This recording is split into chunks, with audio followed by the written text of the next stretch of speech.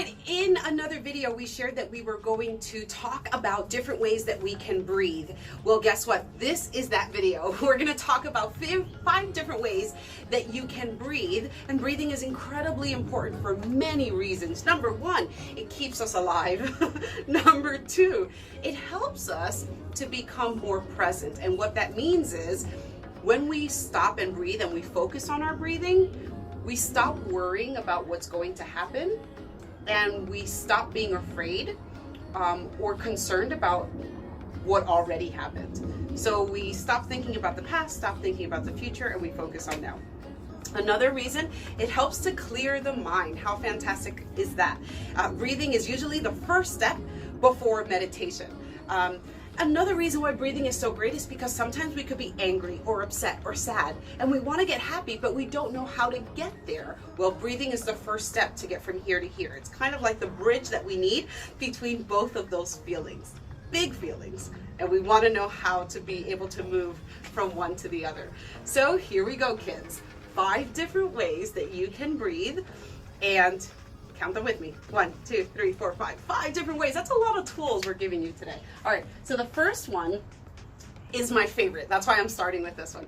The first one is called STAR. It stands for smile, take a deep breath, and relax. The reason why this one's so great is because you start by smiling. So you're sending a message to your brain that you want to happy up really quickly. So let's do that one together. Here we go. Ready? Smile. Take a deep breath in, fill your belly with air,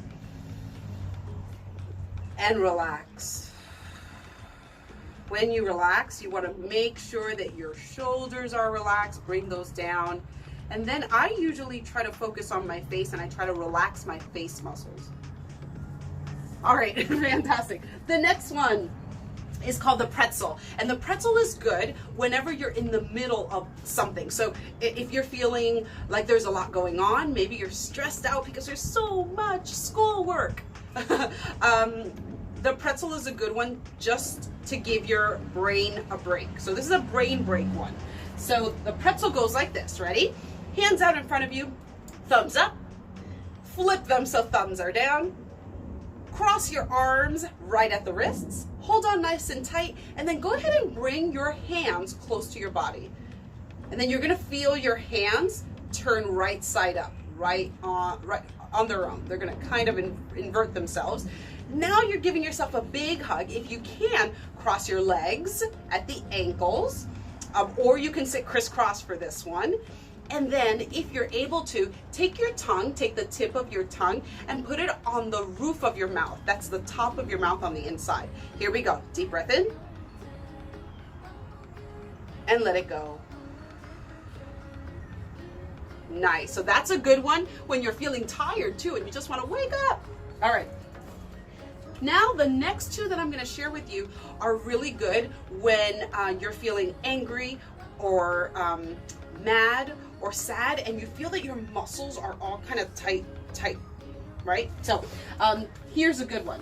This one is called the drain. And the drain is good because you are thinking about loosening up your muscles. So your brain gets that message. So we're going to go ahead and do that one together.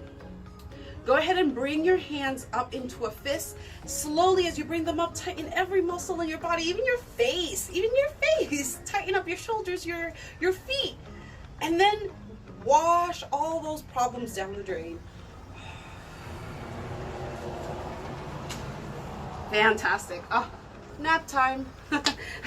The next one is called the balloon.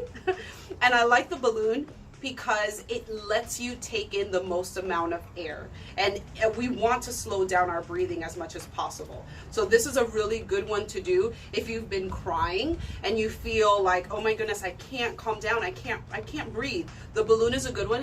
You're taking in a little bit of air at a time. So this is how it goes. Ready? Hands on your head. You're going to imagine that there's a balloon on your head, but you're also going to imagine there's a balloon in your belly, and you're taking in a little bit of air at a time. Blow it up nice and big. You can even imagine the color of your balloon. That for me is the best part. And then when you blow all the air out, you want to imagine a balloon just kind of flying around the room, like you know when you let all the air out and the balloon goes flying. So here we go. Put your hands on your head. Start to breathe in a little bit at a time. A little more air. A little more air. Make it even bigger. What color is your balloon? Take in a little more air. And now we're gonna let all that air go. Ready? Imagine that balloon just flying all over the place. All right, fantastic. I am so happy I got to share these with you. Oh, there's one more. For friends that feel that they need to hold something in their hand, this is fantastic. It's super easy to do. You can just get a pinwheel anywhere. You may already have one at home. And this is a hair barrette. It's a flower, but it has a little clasp in the back. So I just went ahead and hooked it onto my pinwheel. And here we go. We're gonna smell the flower and blow the pinwheel. Smell the flower and blow the pinwheel.